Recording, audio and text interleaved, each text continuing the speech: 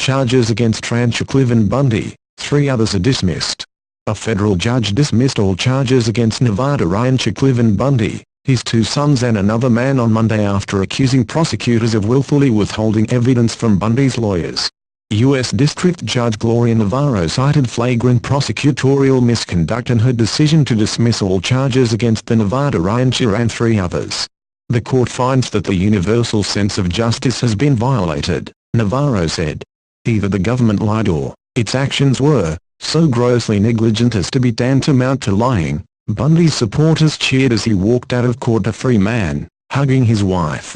He said he'd been jailed for 700 days as a political prisoner for refusing to acknowledge federal authority over the land around his cattle ranch. On December 20, Navarro declared a mistrial in the high-profile Bundy case. It was only the latest, stunning development in the saga of the Nevada rancher, who led a tense, armed standoff with federal officials trying to take over his land. The clash served as a public repudiation of the federal government. The Brady Rule, named after the landmark 1963 Supreme Court case known as Brady v. Maryland, holds that failure to disclose such evidence violates a defendant's right to due process. In this case the failures to comply with Brady were extraordinary, said Fox News legal analyst Judge Andrew Napolitano. The judge exercised tremendous patience. The 71-year-old Bundy's battle with the federal government eventually led to what became known as the Bundy standoff of 2014. But it began long before that. In the early 1990s, the U.S. government limited grazing rights on federal lands in order to protect the desert tortoise habitat. In 1993, Bundy, in protest, refused to renew his permit for cattle grazing, and continued grazing his livestock on these public lands. He didn't recognize the authority of the Bureau of Land Management, BLM, over the sovereign state of Nevada.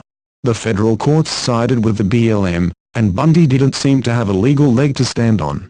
Nevertheless, the rancher and the government continued this dispute for 20 years, and Bundy ended up owing over $1 million in fees and fines. Things came to a head in 2014, when officials planned to capture and impound cattle trespassing on government land. Protesters, many armed, tried to block the authorities, which led to a standoff.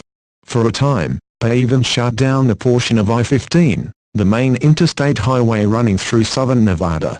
Tensions escalated until officials, fearing for the general safety, announced they would return Bundy's cattle and suspend the roundup. Afterward, Bundy continued to graze his cattle and not pay fees. He and his fellow protesters were heroes to some, but criminals to the federal government. Bundy, along with others seen as leaders of the standoff, including sons Ammon and Ryan and militia member Ryan Payne, were charged with numerous felonies, including conspiracy, assault on a federal officer and using a firearm in a violent crime. They faced many years in prison. The Bundy case finally went to trial last October. But just 2 months later, it ended with Navarro angry, the feds humiliated and Bundy, at least to his supporters, vindicated. Navarro had suspended the trial earlier and warned of a mistrial when prosecutors released information after a discovery deadline. Overall, the government was late in handing over more than 3,300 pages of documents. Further, some defense requests for information that ultimately came to light had been ridiculed by prosecutors as fantastical and a fishing expedition. Either the government lied or its actions were so grossly negligent as to be tantamount to lying, Napolitano said. This happened over and over again. Navarro said Monday it was clear the FBI was involved in the prosecution and it was not a coincidence that most of the evidence that was held back, which would have worked in Bundy's favor, came from the FBI, AZ Central reported.